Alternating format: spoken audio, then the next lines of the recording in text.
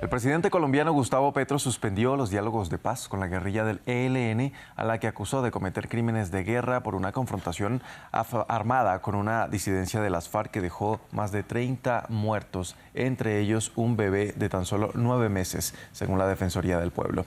Vamos al análisis de esta noticia y por eso nos acompaña a esta hora Laura Bonilla. Ella es subdirectora de la Fundación Paz y Reconciliación Pares y experta en conflictos armados en América Latina. Laura, gracias por acompañarnos aquí en France 24. Muchísimas gracias a ti y a todos los colegas de France 24. Siempre es un gusto estar acá.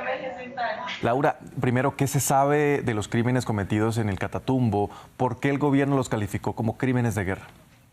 Son literalmente crímenes de guerra. A ver qué es lo que pasa. Desde hace un par de días, la situación en el Catatumbo, donde hay presencia de dos grupos armados, uno es el ELN y el otro se hace llamar el Estado Mayor de los Bloques, y en medio de este tipo de la tensión armada que estaba en la zona, el ELN da la orden de iniciar una arremetida. Pero para que la gente nos entienda bien, esto no es un tipo de combates donde hay dos bandos claramente identificados y hay un campo de guerra, por decirlo así, también claramente identificado. Esto es una guerra irregular. Entonces lo que hace el ELN es empezar a señalar y estigmatizar a población civil, a sociedad civil, a lo que ellos interpretan como líderes o base social del otro grupo armado, los sacan de su casa y los asesinan.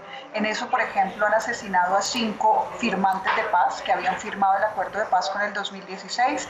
Efectivamente, estas personas, la masacre de esta familia que se desplazaba con un bebé de tan solo 10 meses, y pues también han asesinado a un montón de pobladores, más las personas que han sido, que han muerto en el marco de los combates.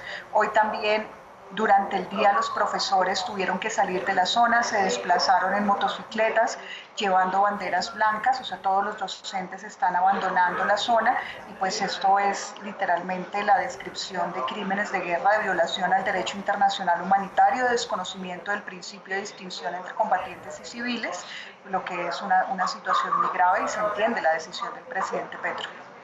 Laura, la jefa de la delegación del gobierno en los diálogos dijo que se mantendrá la suspensión hasta que el ELN decida caminar hacia la paz, decía textualmente, porque este país no aguanta más estos vaivenes. Ya en varias oportunidades se ha sostenido diálogos con esta guerrilla y parece un círculo vicioso en el que hay ceses, luego crímenes atroces y volvemos al inicio. ¿Se está repitiendo la historia?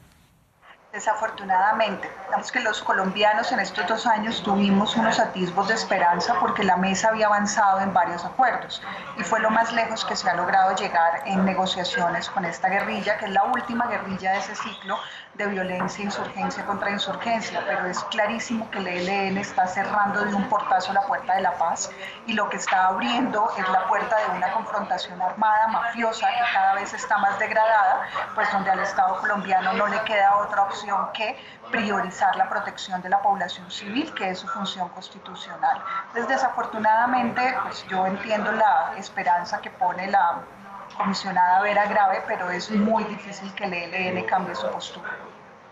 Bien, las dos partes tenían planeado reunirse la próxima semana para reactivar la mesa de diálogos que el gobierno de Petro retomó en noviembre de 2022 y está congelada ya desde hace meses.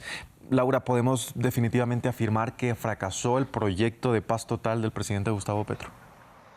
Nosotros en la Fundación publicamos una investigación y ahora estamos sacando un libro, y el libro se llamaba Plomo en lo que viene, en pregunta, y desafortunadamente el análisis que hacíamos pues terminó dándonos toda la razón. Hay días en que tener la razón es una cosa sumamente dolorosa, este es uno de esos. La paz total tenía una serie de cuellos de botella, esos cuellos de botella no se atendieron a tiempo, y al no atenderse a tiempo pues varios de esos procesos terminaron colapsando o fracasando, especialmente el no entender qué se estaba negociando, con quién se estaba negociando, y no tener unos marcos jurídicos claros para adelantar esa negociación.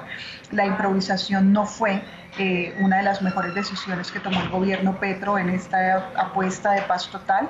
y pues mientras quedan algunos canales de comunicación abiertos y unos ceses al fuego también, por ejemplo, con el Estado Mayor de los Bloques, que es el otro grupo que hace presencia en el Catatumbo, infortunadamente la caída del proceso con el ELN pues parece indicar que la paz total no fue ni una paz total, pero tampoco terminó siendo una paz parcial, aunque algunos indicadores macro de violencia han tenido cierta disminución. Laura, ¿qué opciones tiene el gobierno tras suspender estos diálogos ahora para mantener la estabilidad en las regiones afectadas por el ELN? Es muy difícil. Yo creo que lo primero que tiene que hacer el gobierno es llamar a hacer corredores humanitarios. Es muy complejo en esta situación. Vamos que las organizaciones humanitarias, especialmente las internacionales, se atrevan a llegar en un momento de confrontación, pero eso es un llamado que también acompañamos desde la sociedad civil. La gente, primero, su vida necesita ser protegida y lo segundo es que la estrategia militar del gobierno pues sí que necesita ser reenfocada para saber dónde, cómo y cuándo golpear a este tipo de grupos, especialmente pues al ELN, que tiene toda la intención de tomar toda la línea de frontera entre Colombia y Venezuela, y eso sería sumamente grave, que un grupo armado de estas características terminara controlando militarmente la frontera. Y ya para finalizar, Laura, ¿cómo percibe la ciudadanía, sobre todo en las zonas rurales, esta violencia? ¿Por qué es incapaz este gobierno y sus predecesores de ponerle punto final a este conflicto? Es un conflicto muy disperso y a veces las cosas dispersas son muy difíciles. Te lo voy a poner así. Colombia durante muchísimos años construyó una gran capacidad de combatir a las guerrillas que tenían un carácter insurgente, pero especialmente a las FARC. Era como una gran capacidad militar y de policía orientada a las FARC, y en eso estaba el honor militar y en eso también estaba toda la fuerza pública muy de acuerdo.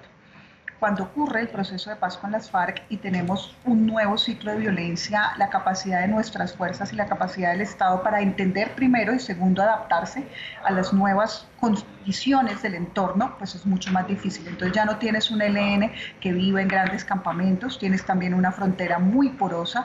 Entre el 2018 y el 2023 no hubo relaciones diplomáticas con el gobierno de Venezuela y eso dificultó también la colaboración militar. Pues no es que ahora sea maravillosa, de hecho no lo es, pero pues es un poco más fácil trabajar con una frontera abierta que con una frontera completamente cerrada. Y lo tercero es que pues desafortunadamente la capacidad militar de Colombia sigue siendo muy fuerte, pero no es específicamente la que necesita el país para lograr control territorial.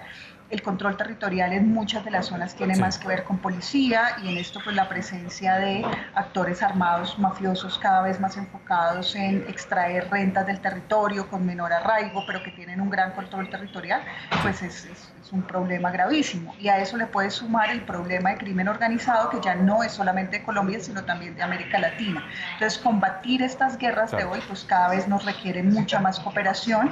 Recientemente Colombia asumió la presidencia de Meripol, que es la Policía de las Américas, pero falta muchísimo para realmente tener una salida pues mucho más conveniente. Bien, era Laura Bonilla, subdirectora de la Fundación Paz y Reconciliación. Gracias por acompañarnos con el análisis aquí en France 24. Muchísimas gracias a ustedes, y pues llamamos también a la solidaridad internacional con Colombia y con la región del Catatumbo.